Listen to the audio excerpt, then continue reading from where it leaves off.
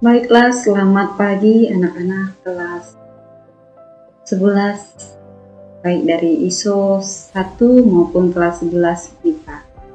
Selamat bergabung kembali di Classroom. Semoga hari ini menyenangkan bagi kita dan kita juga diberi kesehatan. Hari ini hari kedua kita belajar mata pelajaran PPKN. Di minggu kemarin Ibu tidak memberikan materi ataupun tugas untuk anak-anak karena Ibu mau melihat beberapa jumlah siswa yang absen di Classroom. Jadi pada hari ini Ibu akan memberikan materi di bagian bab pertama, yaitu di bagian bab di awal pertemuan kita di mata pelajaran PPKN. Jadi bab pertama itu membahas tentang menapaki jalan terjal penegakan HAM yang ada di Indonesia. Yang A itu tentang kasus pelanggaran hak asasi manusia yang ada di Indonesia. Perhatikan ada beberapa hal sebagai berikut menjadi contoh bagi kita bahwa kenyataannya di sekitar kita, di lingkungan kita masih banyak terjadi pelanggaran hak asasi manusia. Yang pertama, orang dilarang menghilangkan nyawa orang lain. Akan tetapi, saat ini atau pada saat ini banyak sekali terjadi atau peristiwa pembunuhan yang bisa kita lihat di dalam berita-berita. Yang kedua, setiap orang berhak untuk menikmati kebebasan atau kemerdekaan. Akan tetapi, faktanya sering kita lihat dan sering kita dengar pemberitaan tentang penculikan, pemerkosaan, trafficking, perbudakan, atau diskriminasi yang sering terjadi. Jadi diskriminasi atau sebagainya sering terjadi di sekitar kita. Misalnya diskriminasi dalam bentuk warna kulit, warna rambut, atau sebagainya. Yang ketiga, tidak ada seorang pun yang ingin hidup sengsara. Ia akan selalu berusaha mencapai kesejahteraan bagi dirinya, baik itu secara lahir maupun batin. Tapi kenyataannya kita sering melihat banyak orang yang meminta-minta, anak-anak yang putus sekolah, anak-anak jalanan, dan sebagainya. Pada saat ini, kehidupan, kebebasan, dan kebahagiaan manusia sering sekali diabaikan oleh manusia itu sendiri. Padahal, ketiga hal tersebut merupakan sesuatu yang sangat mendasar, yang harus dimiliki oleh manusia dan tidak dapat dikurangi dalam keadaan apapun.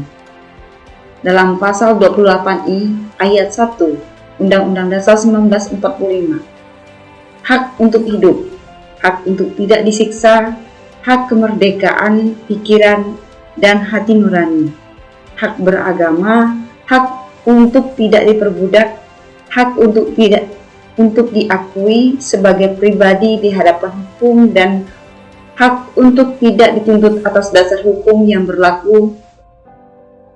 Surat adalah hak asasi manusia yang tidak dapat dikurangi dalam keadaan apapun. Selain mempunyai hak asasi, manusia mempunyai kewajiban asasi. Kewajiban asasi yakni menghormati, menjamin, dan melindungi hak asasi manusia itu sendiri. Hak hidup. Hak hidup itu adalah kebebasan dan kebahagiaan orang lain atau manusia dapat dijamin atau terlindungi apabila ia sendiri menjamin dan melindungi hak hidup, kebebasan, dan kebahagiaan orang lain. Apabila hak tersebut tidak terwujud, maka akan terjadi pelanggaran HAM. Demikian secara sederhana bahwa pelanggaran hak asasi manusia itu adalah pelanggaran atau kelalaian terhadap kewajiban manusia yang dilakukan oleh seseorang ataupun sekelompok orang lain. Secara yuridis, dari pasal 1 angka 6 Undang-Undang nomor 39 tahun 1999. Pelanggaran HAM di sini merupakan tindakan pelanggaran kemanusiaan baik dilakukan oleh individu maupun oleh institusi negara atau institusi lainnya terhadap hak asasi manusia itu sendiri. Pelanggaran HAM. Pelanggaran HAM itu dapat diindikasikan atau ditandai dengan munculnya ketidaksesuaian atas kondisi yang seharusnya yang terjadi, merasakan kenyamanannya terganggu, itu berarti sudah terjadi pelanggaran hak asasi manusia. Pelanggaran HAM. Pelanggaran HAM itu tidak hanya berkaitan dengan masalah-masalah pembunuhan, penyiksaan, dan sebagainya, tetapi berkaitan juga dengan hal-hal lain dalam kehidupan sehari-hari, seperti ketidaknyamanan, hilangnya rasa aman, munculnya ketakutan, dan sebagainya. Demikian penjelasan untuk hari ini. Kita lanjutkan minggu depan. Bagi anak-anak yang tidak mengerti atau ingin bertanya tentang pelanggaran hak asasi manusia yang ada di sekitar kita, silakan bertanya di Classroom. Terima kasih dan salam sejahtera untuk kita semua.